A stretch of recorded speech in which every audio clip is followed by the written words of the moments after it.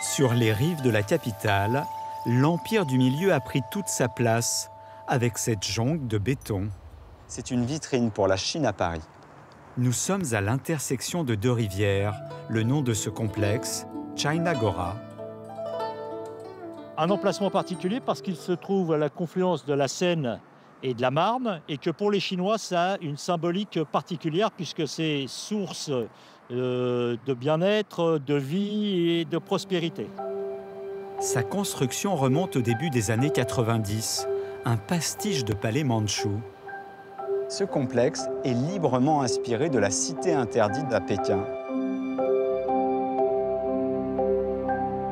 Le modèle de ce lieu, c'est avec évidemment des moyens qui ne sont pas les mêmes, la cité impériale de Pékin, qu'on va reproduire en fait pour donner à voir immédiatement, puisque c'est quelque chose qu'on reconnaît parce qu'on l'a déjà vu, cet imaginaire de la Chine. Donc ces toits inclinés, les tuiles vernissées, qui donnent immédiatement à voir qu'on est bien face à une représentation de la Chine. À l'époque, l'architecture traditionnelle a dû faire quelques concessions à la construction moderne. C'est une entreprise française qui réalise, mais les tuiles en céramique viennent de Canton.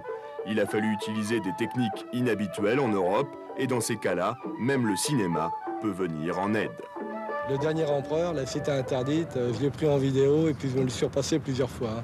Parce qu'au début, je n'arrivais pas à comprendre exactement, disons, dans l'espace, si vous préférez, le sens de leur toiture.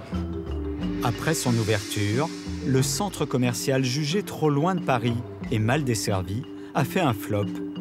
Avec de nouveaux investisseurs, Chinagora a repris vie il y a une décennie. À l'intérieur, un restaurant réputé, des salles de réception et un hôtel de luxe 4 étoiles. La cour et le jardin sont aussi très recherchés pour la beauté des décors. Comme ici, pour ce clip de rap.